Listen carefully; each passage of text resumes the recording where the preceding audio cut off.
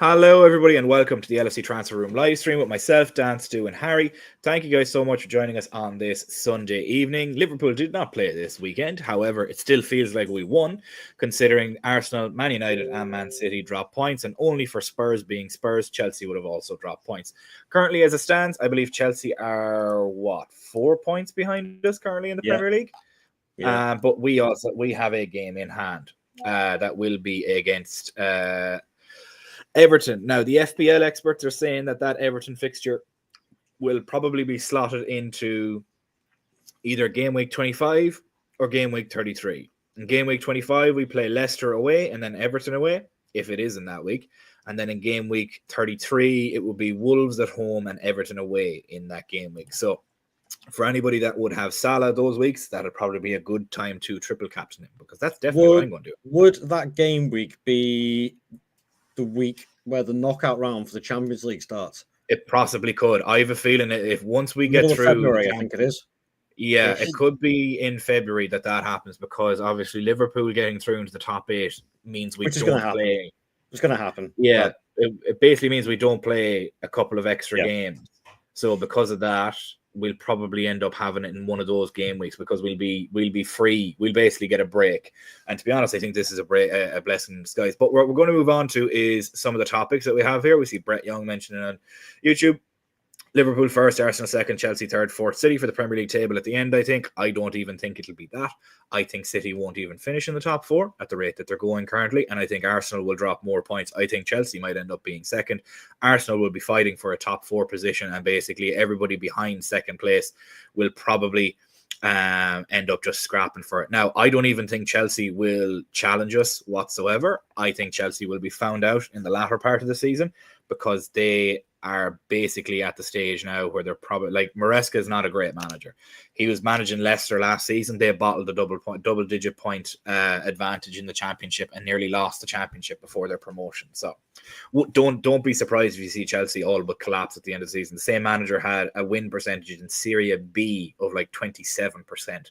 So just give it time. When people have enough tape on the manager to see how they play, then changes will start happening that way. As they say in the NFL, the good coaches start getting better after Thanksgiving, because they see all the tape on everybody. But we're going to jump into the first topic today, and as Dan just pointed out to me before the stream, that Liverpool currently do not have a pinned tweet on Twitter, and they have Mo Salah as their header. Now, put your tinfoil hat on and consider that whatever it may be, but there was rumblings from the Mirror earlier today and during the week that Liverpool have possibly put pen to paper with Mo Salah over a 2-year extension. Previously, it was noted that he'd accept a 1-year extension, but I think the gripe on his, basically what was the holdup would be the years on the contract. So him extending for 2 years would see him sign on until the summer of 2027, which I get the feeling that there might be a 2+1 option, but hopefully that is the case. Before we get into everything, though, make sure to like and subscribe if you haven't done so already. Make sure to have your notifications on for all future streams and videos so that you never miss out too.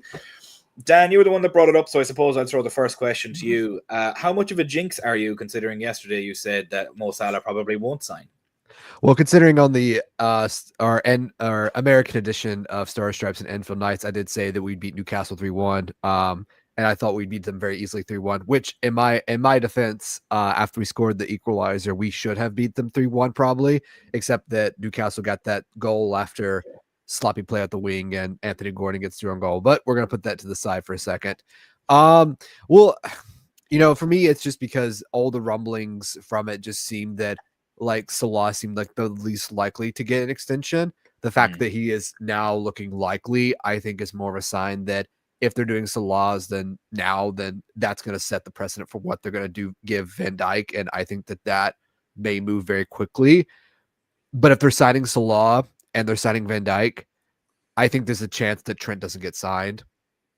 And it's not because of it. And I don't think that's really down to, I don't think that's down to greed or this or that. I think it's really down to the fact that with the way the contracts are structured, maybe there's enough wiggle room for Trent's contract, but because of how FFP is going to work with UEFA for next year, there just may not be the room in the contract for Trent to get that extension for 3 to 4 or 5 years. I hope I'm wrong about that, because I've always said that I think Trent is the one that you need to sign. And if you don't get him signed, that's the biggest failure. Losing Salah, losing Van Dijk, as bad as that is, they're not, they're players very much at the end of their peaks, even though Salah right now is, I don't know the world in general.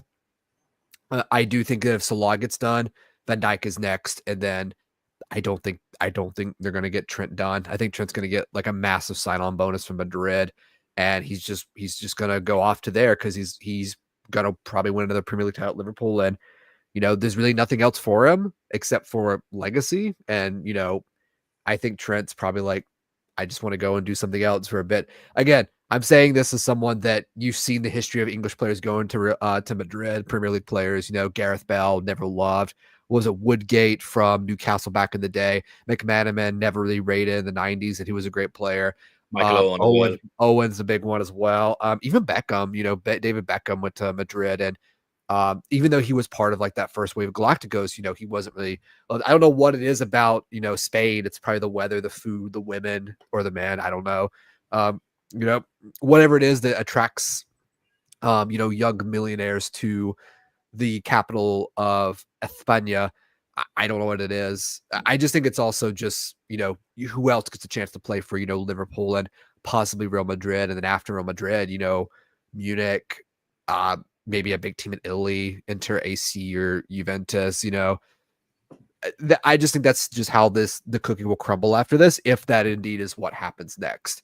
Yeah. Though also I will say, if they were signing Salah to a contract extension, I don't think we do need any January transfer business. That is not like we're pre-signing a player for, or a youth player, or like some small transfer that we're not going to talk about for 4 or 5 years. See, I think the opposite of that. I think they do go in January because they clearly see that obviously the centre back position. Now, it all depends on when everybody comes back, but it seems to be likely that everybody is seeming to come back right before January. And in doing so, I still think, personally, I still think a January move needs to be done. Like, whether it's somebody like Rayan Cherki, whether it's somebody like a centre back or a left back, the Carreras from Benfica is one, Kirkes from Bournemouth is another. There's multitudes of places that you could probably future-proof a little bit. And I think something needs to be, especially with how certain deals could be garnered, like specifically with as well with Sevilla, that centre-back Bade with Sevilla is also another team that's absolutely gagging for money that you could very easily get a cheap option at centre-back there. And I know people are going to say, oh, FSG cheap, but realistically, take a look at Leon and take a look at Rayan Cherki and the fact that he's got the most chances created for that team, but absolutely no assists, really. And all of a sudden now you put him into a team that has Salah, Chiesa, Jota, Nunes, Szoboszlai, McAllister, Diaz, Gakpo. That's 6 players that can bang goals in from anywhere realistically on their day. And now all of a sudden you give them somebody that's a creator like Rayan Cherki, who can play left wing, right wing, and the CAM position.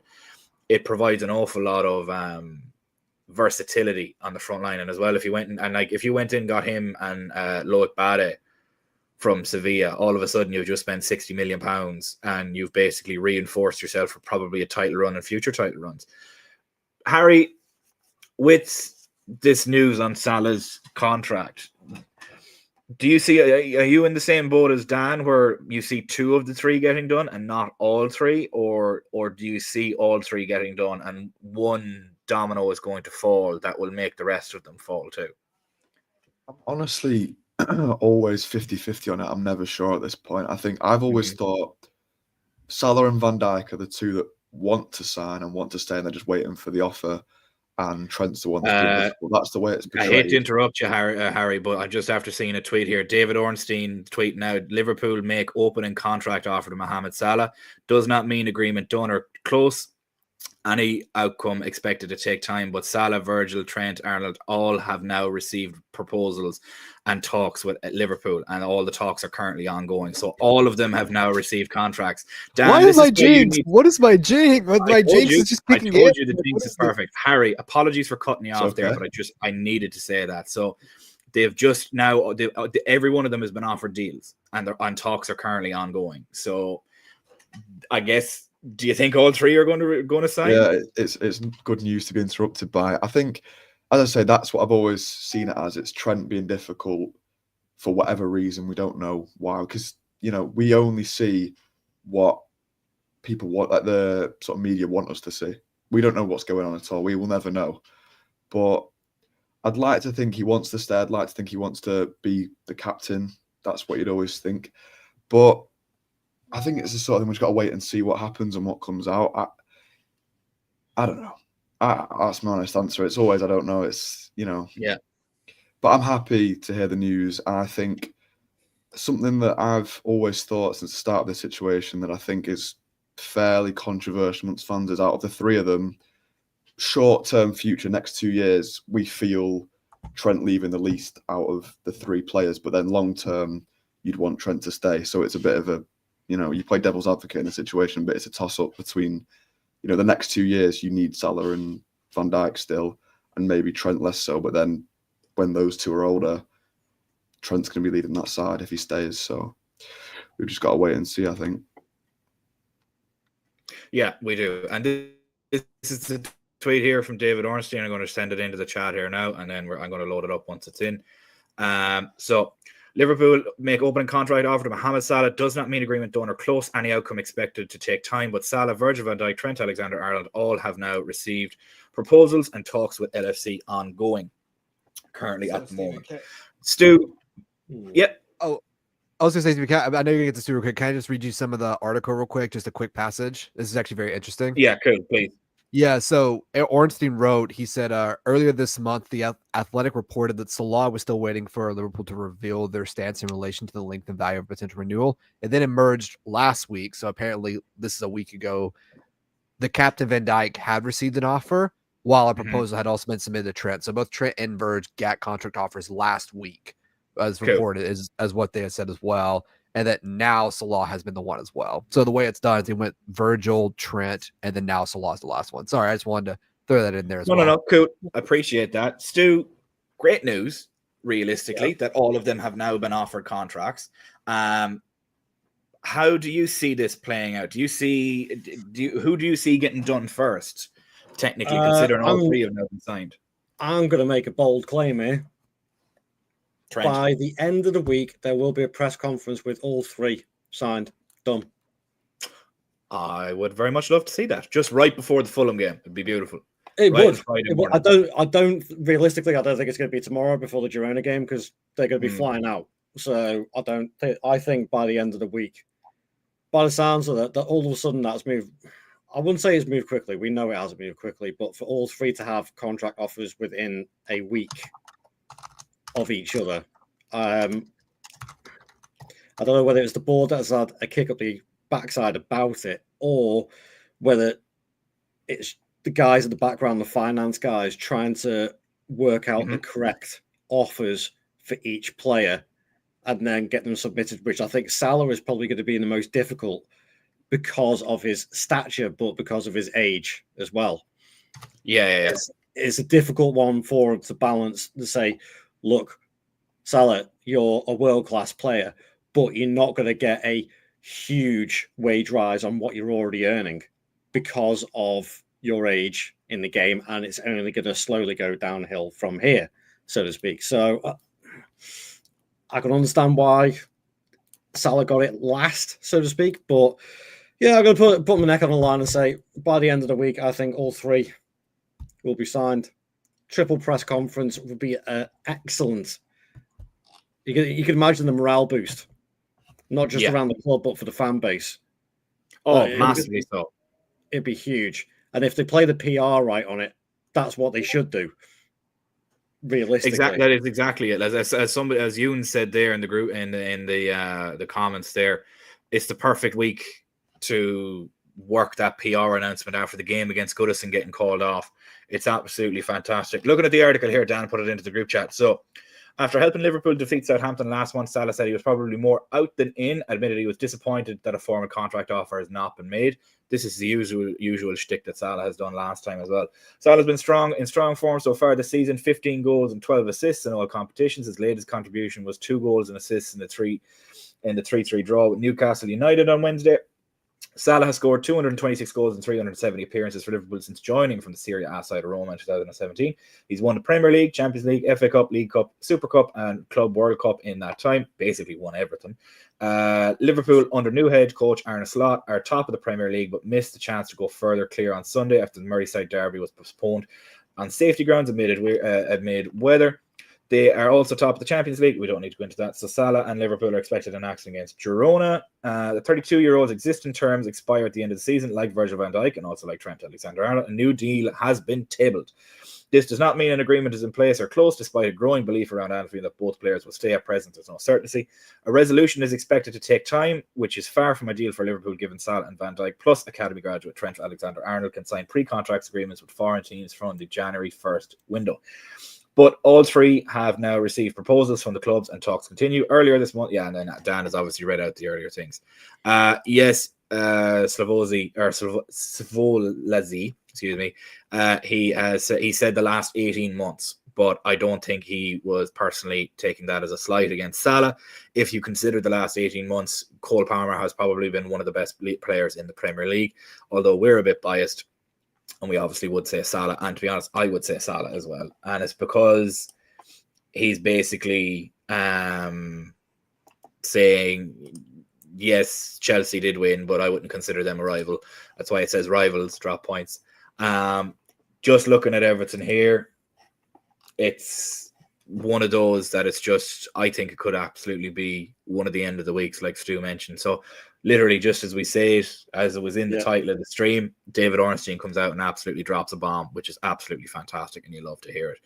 But just before we move on to any of our other topics of today, make sure to like and subscribe if you haven't done so already. Make sure that you have your notifications on for any future streams and videos so that you never miss out as well. Looking at the postponement of the Merseyside Derby, it seems as if it's a bit of a blessing in disguise, because Liverpool now have a week's rest in a very busy Christmas period. Alexi McAllister, having picked up the yellow card against Newcastle, technically gets 2 weeks rest because he's not going to be back until the EFL Cup game against Southampton, just before our Spurs game the following weekend. He misses Fulham. He misses Girona midweek, which is great for him personally. I think he needs that 2 weeks rest. Ryan Gravenberch is 1 yellow card away in the Premier League from getting a suspension, and I hope he gets it against Fulham, because then he'd miss the EFL game and not the Spurs game. But yeah, Stu, blessing in disguise, or would you have rather have just gotten that game over with? Because personally, I think Everton would have stolen something in that game. I'll look at this from quite a few different points of view, actually. Firstly, I think from a safety standpoint, it had to be called off. The wind was ridiculous on Merseyside, and I was only chatting to my mum this morning, and she was telling me how bad it was. So I've no doubt that they made the right decision on that. And admittedly, it annoyed all the fans, thinking, "Oh, why can't we just get on with it? We want to get another 3 points." But I think it could have actually been a lot tougher for us if we did go ahead with the game, and it could have ended up costing us 3 points realistically. But in the long term, it's worked out rather well. I think that I personally think that game, the rearranged game, will drop in the time period where it's supposed to be the first knockout round for the Champions League. I don't see us dropping out the top 8 in the Champions League, so we will miss those rounds. Plus, you add on top of that the fact that United lost, which is always nice to see, even though they're not rivals, and the fact that they lost to Forest, so they can't take the mick out of us for it. City drawing, Arsenal drawing, Chelsea. Okay, yeah, I don't really consider them too much of a threat at the moment. We'll see how it goes through the season. Spurs could have done us a favour a little bit, but overall, it's been almost a perfect weekend without even kicking a ball. Yep. And then you get the contract news dropping in tonight as well. Things are looking all right at the moment, to say the least. So, yeah. And we're still 4 points clear.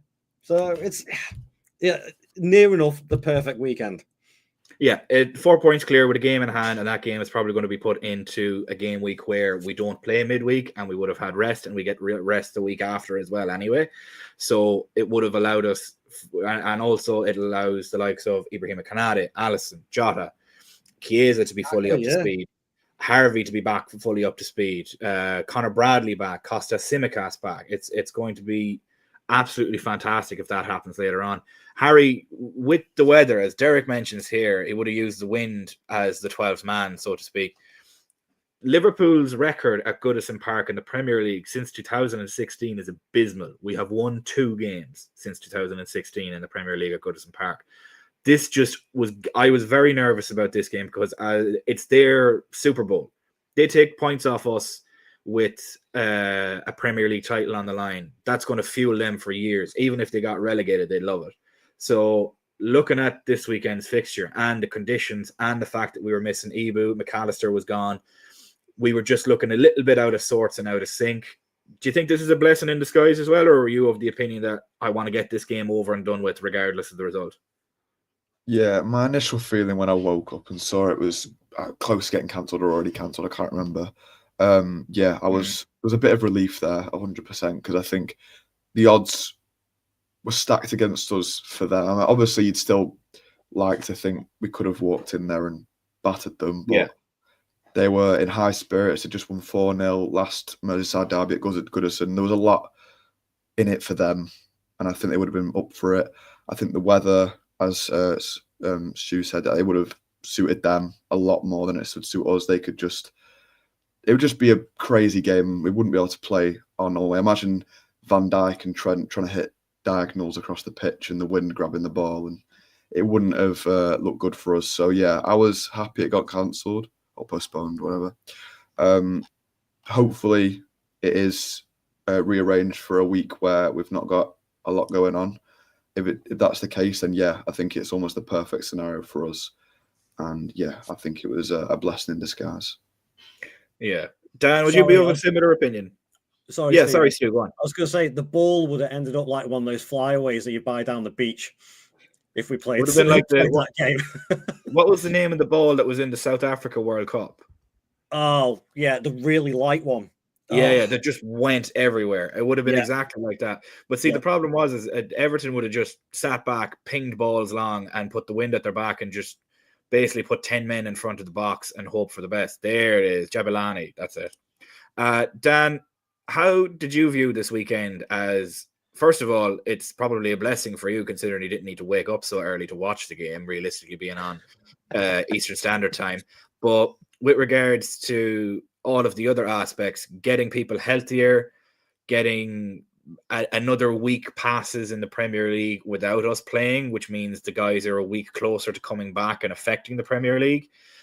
To me, there was an awful lot more positives than there was negatives. Obviously, we had Charlie in the group mentioning that this is now going to be a midweek game at like 7 or 8 o'clock at night, so the stadium is going to be bouncing, and that's all well and good, realistically, but I guess it's weighing up pros and cons. Did you see more pros or more cons from the delay of this game?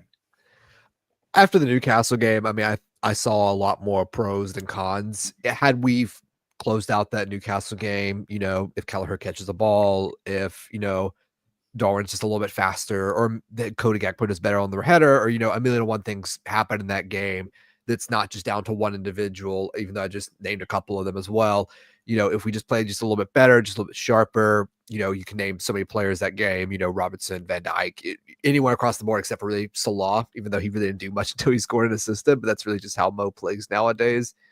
I think because of the draw against Newcastle, there was much more pressure to win that game against Everton.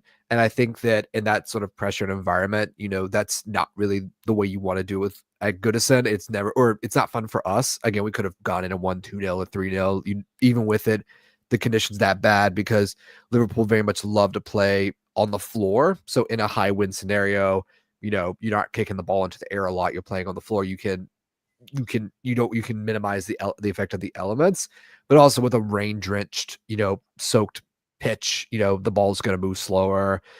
It definitely was not an environment that would have been beneficial to Liverpool. It very much was one that was the most Daesh situation you can possibly be in for that. And with that moment with the deck stacked against you, I think the delay was the best option, all things considered. Had we won against Newcastle, I think that a draw at Goodison Park would not have been the worst result in the world in the derby. Now that it's postponed, it's interesting because we could reach the Everton game and have a chance to go, 15 points clear, or, where, a draw doesn't matter, or it can be a situation where it's neck to neck with, let's just say a team here, Arsenal or Chelsea, and you need to win Everton to keep the pressure up. I mean, if you think about derbies in the past, 18-19, we draw away to Everton. I think we also draw in 1920, or did we win a night? No, I don't remember in 1920 when we won the title, if we won there or not. I know we won in 21-22 because that was the Hendo goal. Sorry, no, not 21-22. Yeah, 21-22. And 2021, that was with the Mane shoulder offside, which would not have been given offside any other year except for that 1 year. So all things considered, I think that the fact that we got the delay is much better, considering how that week was landing, considering the result at Newcastle and how things were stacking against Everton. And now that the results have gone the way in favor of Liverpool, Arsenal drawing against Fulham, which was hilarious. Manchester City drawing against the Palace super team. I don't know how they pulled that out. I don't know how they pulled that draw against that amazing Palace super team, and Chelsea beating Tottenham, which isn't that hard. So all good things for Chelsea. They're beating a mid-table team, and United losing as well. Things have really lined up to where pressure has been taken off that Merseyside result until we get into that time, until February or March or wherever it's going to fall. And at that point, we'll know what the title race really looks like and where Liverpool are, if we're in pole position, if we're chasing, or we have to solidify our lead. So all things considered, it's definitely a positive. And it's only positive because of how that Newcastle game went. And also, just to add on to here, I think one of the reasons why all three have got contract offers now, and this is probably why Slot went so strong in the Champions League. We won 5 games. Each win is 5 million euros or 5 million pounds or whatever. So like they won 25 million euros just by winning 5 games. And if they win 6, it's 30, and add on so forth. And all that prize money is going to go into next year's accounting, which goes into PSR, SFP. So you can do all the contracts because now you have 25 extra million to play with. Yeah, no, it doesn't surprise me, to be honest. Now, Dan, will you do me a favor? I want you to go. So actually, it's in the group chat. Would you mind? Because obviously, and now this might sound incredibly racist when I say this, but obviously, you and your partner are of the same religion as Mo Salah. Now, the reason I'm asking this is because Salah has posted something on his story. I haven't a fucking clue. It means like it. So the white smoke, burning a white smoke incense, is like a way of like saying like it's like the deal has been done, essentially, like Islamically in an Egyptian tradition. It literally just means that, like, why I wanted to see if that was the same thing, because if he's posting that on his story, he has no pinned post on his Instagram.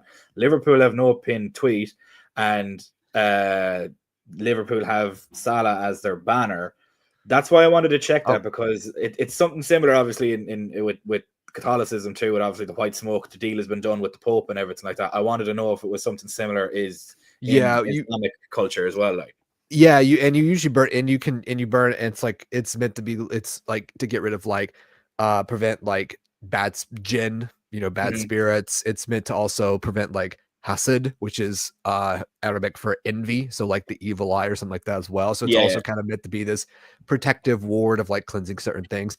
And normally you play Quran during it as well, which I don't know if he's playing on the TV in the background too. So there's probably a couple of things doing, but essentially I would take it as a good sign, is what I'm trying to say. It's not Mo Salah making dua. Anything.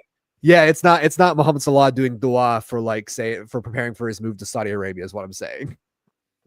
Yeah, I feel that's my assumption that I had on it also, that it's kind of like if it was anything similar to Christian faith and Catholic faith, with obviously the white smoke coming out of the Vatican when the Pope. Would you believe that frankincense and myrrh is actually grown in Yemen, and that Mecca and Medina, the holy places in Islam, where the Prophet sallallahu alaihi wasallam traveled to, that was that you burn, that's where it comes from. It comes from that part of the world. Fun fact for Harry and Stu, if you didn't know this about your geographical history, if you didn't know, I was a history teacher. I'm gonna be a history teacher on occasion. Good. Well, it's glad that we have you. That's why I wanted to ask that question, purely because you guys share the same faith. So I was like, this definitely means something, that there's something that's there. I would recommend, because everybody's going with conspiracy theories in the group chat probably already, I'd recommend putting a message into the group chat to maybe give that a little bit of an explanation, because I assumed that as well, but I just didn't want to be sure of it.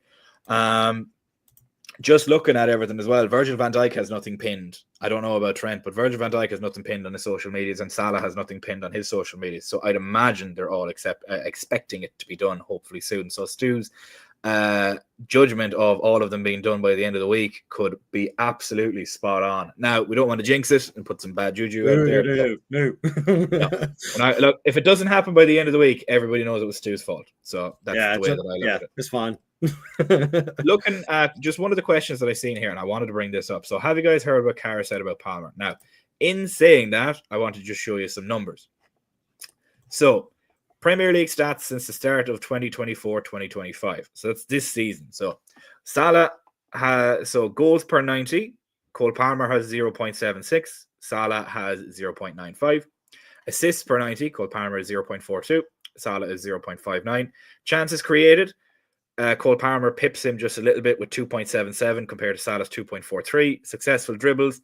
Salah has 1.61 to Cole Palmer's 1.26. Shots on target, Salah's at 60%, Cole Palmer's at 45%. Passing percentage in the final third, there's 1% that is in the difference. Cole Palmer pips him with 77%. Game-winning assists, Salah has 5. Cole Palmer has 1. And percentage of goals from open play, which is open play goals, obviously not from set pieces. Salah has 69% of his goals from open play, and Cole Palmer has 54%. So you can argue that Cole Palmer is a bit of a penalty merchant. Did anybody, Harry, did you take that as Jamie Carragher kind of being maybe a little bit disrespectful towards Salah, or is it more just he's only talking about the game with Chelsea and him being the best Chelsea player in the Premier League the past 18 months, or do you believe he actually meant the best player in the Premier League in the last 18 months? I think he's probably looking at it from a very neutral point of view, as he should, as a pundit on Sky. I think he probably is talking about the Premier League as a whole, and I sometimes don't understand the point of comparing players all the time, because sometimes you just got to watch the game and enjoy it. I think if someone came to me and said Cole Palmer's been the best player in the league, I wouldn't have a big argument about it. I'd like to think Salah has been the best, but I'm slightly biased. If you watch them both, they're both great players to watch. Really enjoy it. Cole Palmer's you enjoy watching him play football, and he's very good at it. So there's no need to compare. If someone wants to say he's been the best player, that's their opinion. That's fine. But I don't see the issue with it most of the time. I think Salah's hit the best numbers, and he's dragging us at the moment. I think he's got 70% of our contribute goals this season, like contributing to him. Yeah. And that speaks for itself how well he's doing. So I'm never that bothered when people compare players. You can think whoever you want to think's the best, you can think it. I like to think it's been Salah, but I think Palmer's brilliant, and I think he's great to watch, and I'd love him at Liverpool, but that will never probably happen. No, I think his prison sentence at Chelsea doesn't end for another 10 years, unfortunately. Derek mentioning here, Cara is an idiot and probably the worst pundit going. I genuinely feel that there is a lot worse than him. Let's be perfectly honest. Michael Owen is worse. Gary Neville is worse. And to be fair, Cara isn't all that bad, especially on Monday Night Football. He's a good tactician in the way he looks at the game, but there's way worse. Eni Aluko is miles worse. And she's just god awful. What did she say the last day that just got absolutely ripped? She said Konza and Mings were like crucial to Aston Villa's performance last season. They played one game together, and it was a 5-1 loss to Newcastle. And Mings had only played like 31 minutes in the entire season. And you're like, oh, and then what was the other one about Richarlison? He scored 19 goals in 40 games. And if you do the maths on that, it's a goal. And then the other thing about basically admitting to insider trading when she was a sporting director at whatever team she was in the women's league, and she said that I guarantee you Arteta has basically rang up Pep and been like, any chance you'll get Seek Mansour to fire in a bid here, because my boy Edu won't go any higher without that. And she said that she used to do that in the WSL, and I'm like, what are you saying that for? That's completely illegal and against the rules. They won't do anything about it. So, no, well, City are getting done, Stu. Don't you worry about that, my friend. Oh, they won't do anything about her. That's the thing. Oh yeah, they won't do anything about it. She's just atrocious, unfortunately. And the problem is with that, you have plenty of other people that will be able to come in and take her place. And if really she's the one that you're putting forward for the women's game to try and forward and progress the women's game, you're really doing it a massive disservice, because I can guarantee you there's a lot more people that are there that would do a miles better job than her and would have way more knowledge than her. And maybe that's because she's under the microscope that she's just getting all of this shit thrown at her. And maybe that is the case. But at the end of the day, like, if we were that bad at our jobs that we go to work to every Monday to Friday, we'd be sacked. Personally speaking. I agree with you on Carrot. I think he is actually a good pundit. He's a bit of a tit. He can make a bit of an arse of himself sometimes, but I don't actually think he's that bad of a pundit. Between him and Neville, they actually bounce off each other quite well, and he probably compensates more for Neville's annoyance than anything else, and it just about works. But I can see why people do that. There are some things like with Cara I definitely don't agree with at all that he's done or that he said, but the whole Palmer thing, I think, is just, it's nonsensical. Yeah, he's had a fantastic 18 months since he went to Chelsea. He's been one of the best players in the Premier League. That is without a doubt. But at the same time, if you're going to compare players and you're going to compare him to Salah, there's no comparison at the moment. Salah is streets ahead, absolutely miles ahead. Yeah. I think with Jamie Carragher in general, that kind of Sky punditry class, but also is that there's not many ex-Liverpool players that are now pundits at that level. I mean, back in the day, you had Alan Hansen, Mark Lawrence, who was terrible, by the way. Obviously, we know that Michael Owen. What? Phil Thompson. Thompson. But I miss Phil Thompson, though. Phil Thompson is probably one of the most underrated Liverpool players and also Liverpool managers, temporary managers in history. And it's because that's just his character, as Brendan Rodgers would say up in Celtic.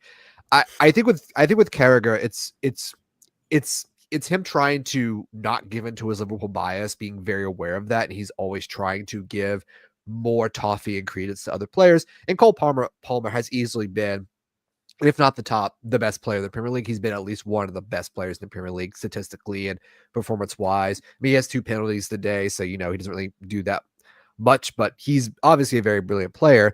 And I think that you can see this also between like the juxtaposition of him for Sky versus him for the Champions League. When he's on CBS, the Champions League, he's much more praising of Liverpool and Salah and talking about them.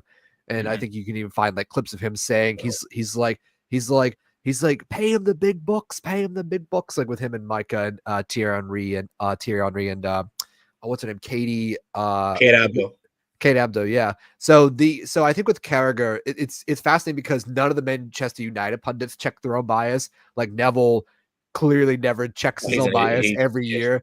It's his Man United goggles are so bad, which is crazy because I think Neville is also when he's actually not talking about Manchester United or Liverpool, he is I would say he's very usually on top of it and very aware of the situation. But he's so pure Manchester that he gets wound up into the spending the money and like buying players and the new manager, like a fan. Like he's really like a fan who just happens to be a pundit in many ways, which you can see all the time in that kind of bias that he doesn't check.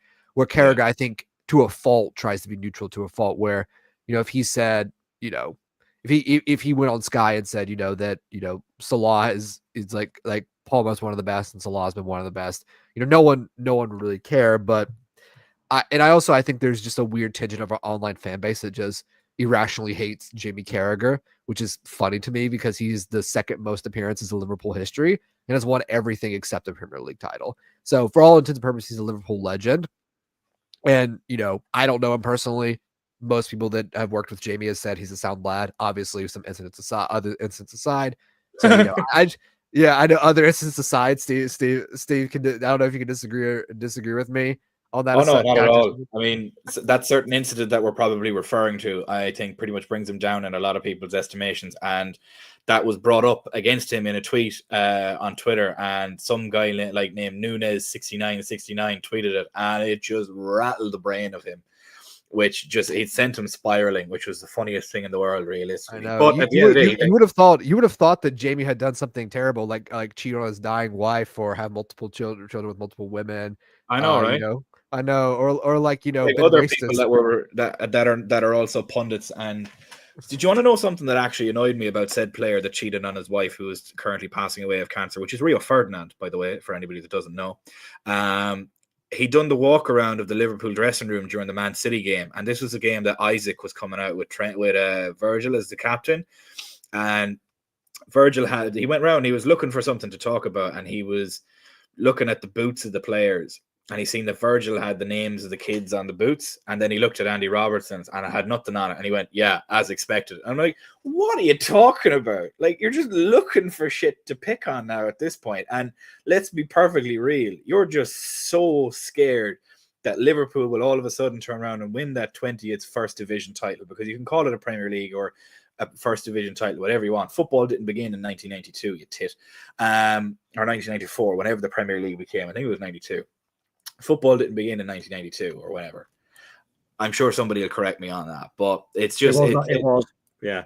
In 92. It's just comical, realistically, because he's absolutely petrified. Because if Liverpool win that 20th title, all of a sudden now the argument becomes, well, Liverpool are just a way bigger side because we've doubled the UCLs, and we could end up getting the 7th this season as well, which is nuts. Yeah, Rio's definitely back on the gear, absolute tosspot.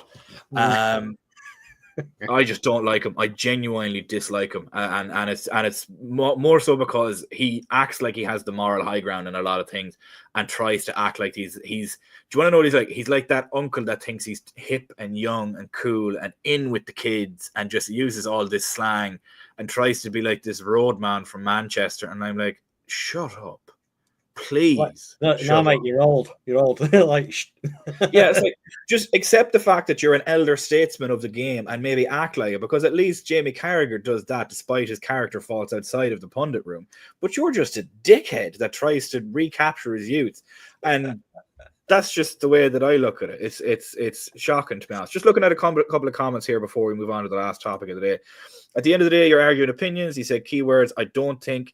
He's not saying it for everyone. He's saying it for his own opinion in that moment. Yeah, I had no problem with what Jamie Carragher said. The problem was the person that tweeted it for Sky Sports really did him dirty, because he said in the actual video, the last 18 months, which is arguable, which you can have an argument about with Cole Palmer, and that's completely fine. But the issue is with that is the tweet. 99% of people aren't going to listen to the video and see what he said because they don't care. They'll read the tweet and scroll on and be like, yeah, what a tit.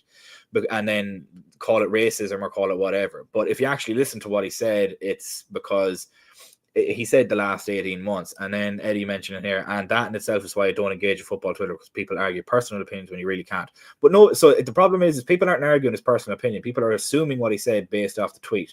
So, and as you just correctly said, Eddie, that's on Sky for being clickbait merchants. That's basically what it is. Obviously, this is about Rio Ferdinand. His brother is a better footballer. It's funny. It'll be incredible to see all 3 signings happening this week. Let's hope that does happen.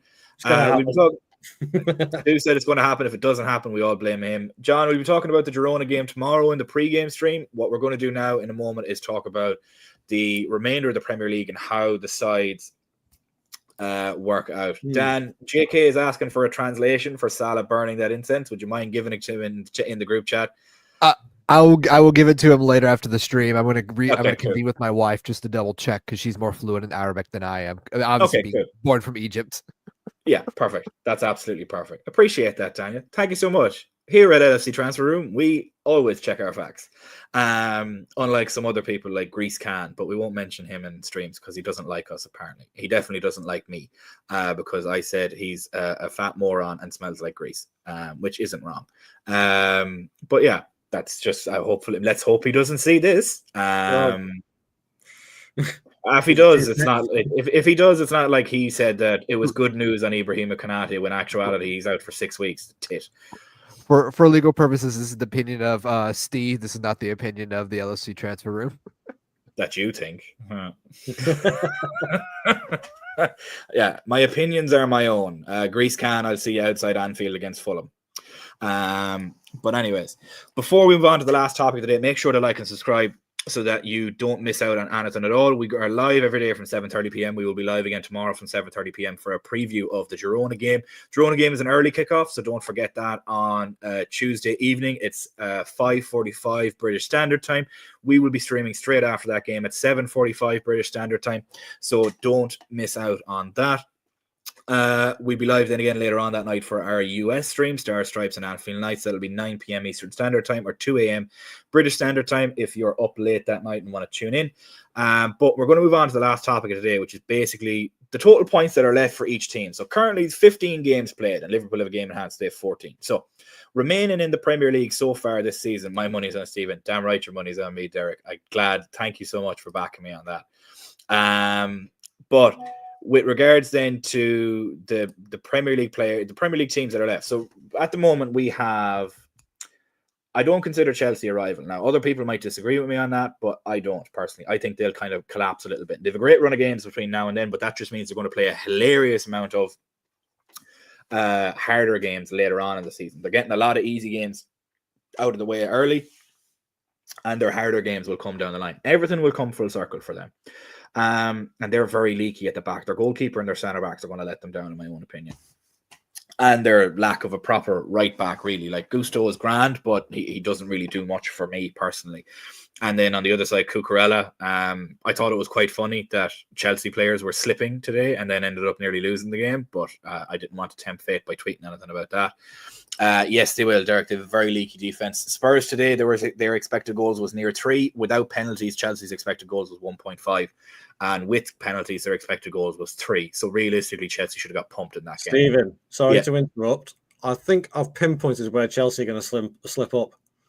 Go on. This. I'm looking at their fixture list going in towards March, April time.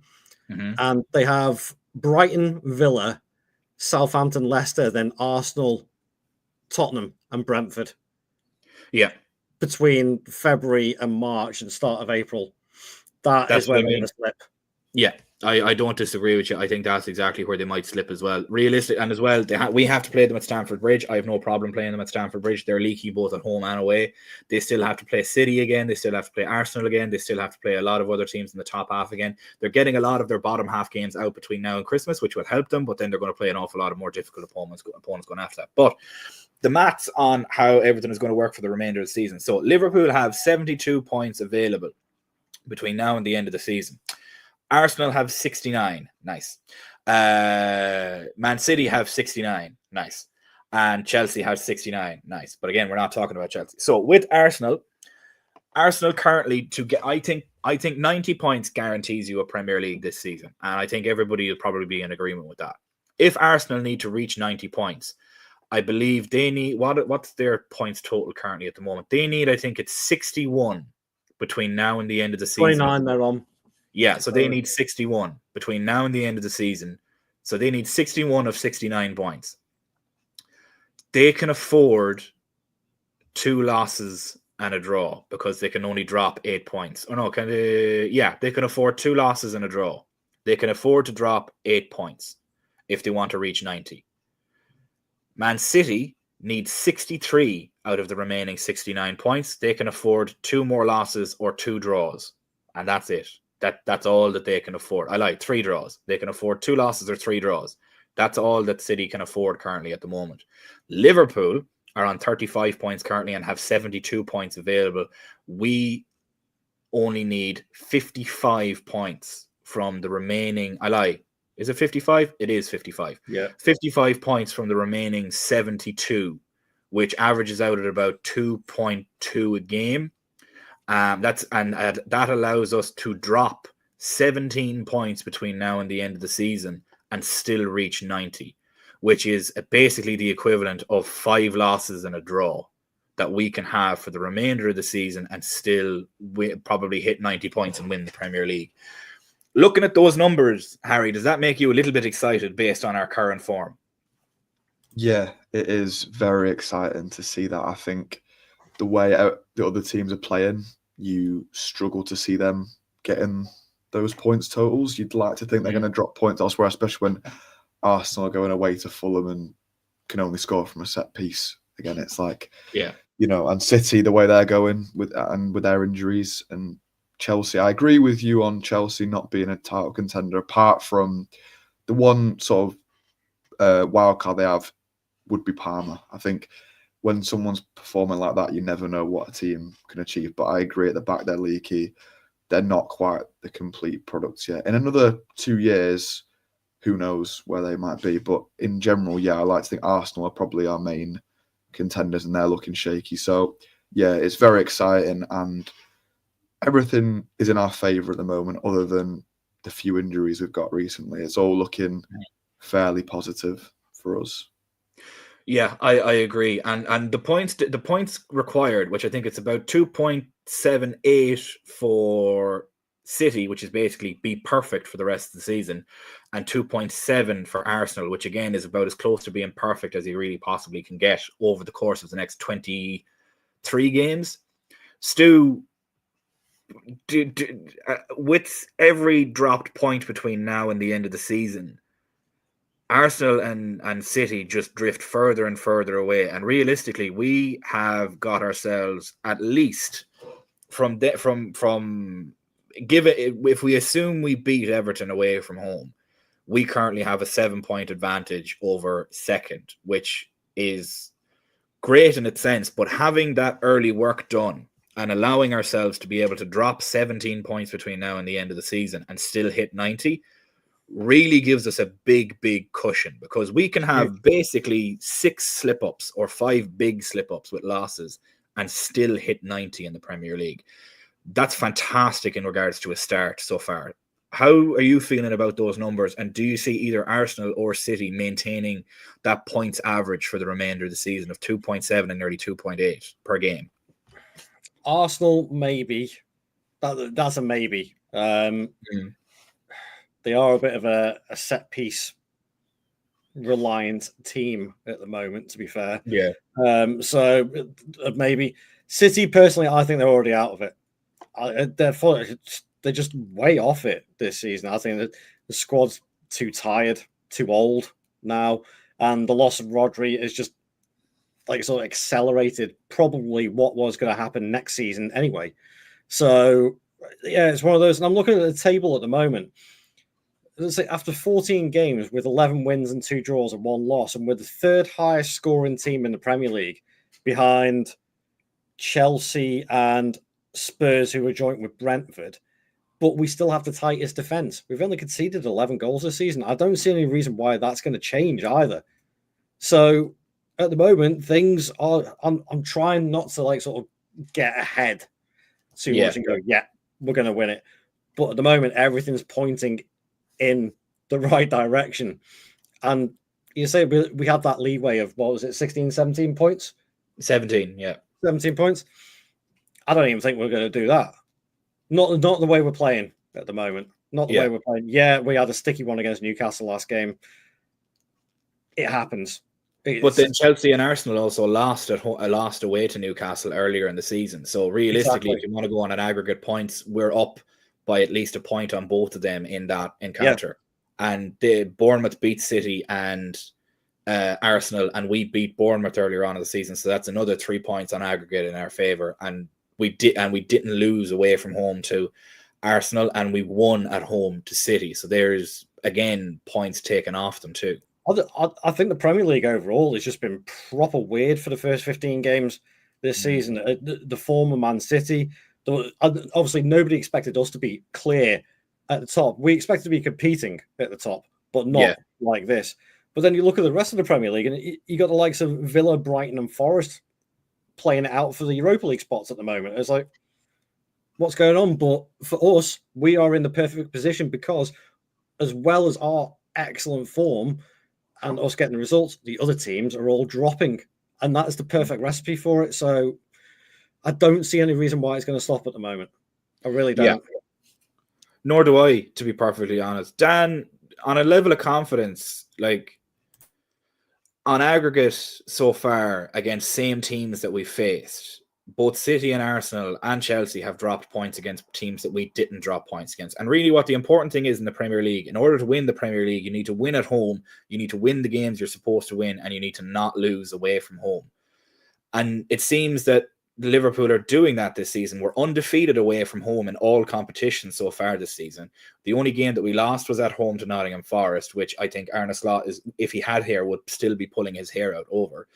And in the two big away games so far this season with Newcastle, because St. James's Park is a horrid place to go, and with the Emirates, we both came away without a loss in both instances. So, and we're 10 seconds away from coming away with 3 points against Newcastle, and that game was just rife with mistakes from us, and we really didn't play at our best. How confident are you so far with that sort of... Do you see Arsenal maintaining that level of point scoring of nearly 3 a game at 2.7, and City keeping up as well with 2.8 a game? They have to be quite literally perfect, whereas we really have a lot of wiggle room. No, I don't. I think Arsenal last year, they almost went practically perfect and still didn't break 90 points. And you could argue that last year they probably had maybe a better team or squad. I mean, and maybe not, because of the fact that, they didn't have Timber. Did they sell Zinchenko yet? Or no, is he he's still there, and Kivor is still there as well. Yeah, so I don't know. It's I don't see Arsenal doing that. I mean, they've had difficulty creating from open play. They're a very good set piece team, and I think that's perfectly fine, because set pieces are very important to winning a title. You have to be good at set pieces, either winning, scoring, or defending, and hopefully you can usually do both. I do think that Mikhail Pulis is going to eventually run into a situation where what happens when they play against teams that are not going to entertain that. They're going to demand that Arsenal break them down. And I think we've seen that throughout. I mean, look at Newcastle. I don't think Newcastle are really that good. And I think if we were, 5% better, we would have beaten them 3-1, because they're just not that good of a team. But we didn't, so who cares? They did not play well against Newcastle. Newcastle are a very physical team. And I think Arsenal, even that game against us, they talk about how, I felt Liverpool should have won, that game. That was we never do well at the Emirates anyways. I don't know why. I just think it's just one of those things where we just don't have a good away record. We do very well against, at Palace, at Selhurst Park. We have a great record there, but the Emirates, we just don't. And I don't expect that Arsenal will stay perfect, or Liverpool just tank in form. I think the worst run of form we'll have is probably we'll have a situation where we have 4 games and we win 2 and draw 2. I think there'll be a worse run of form. So dropping 4 points isn't great, but that would probably be the worst run of form we would have. And at that point, if you can, and if those draws are against say, I don't know, Arsenal at home, or full insert another team here that picking up a point isn't the worst result. You can kind of deal with it. City are a mess. I don't expect them to get it together. They might get it together summer in the January transfer window. They might spunk £1 billion on 5 players.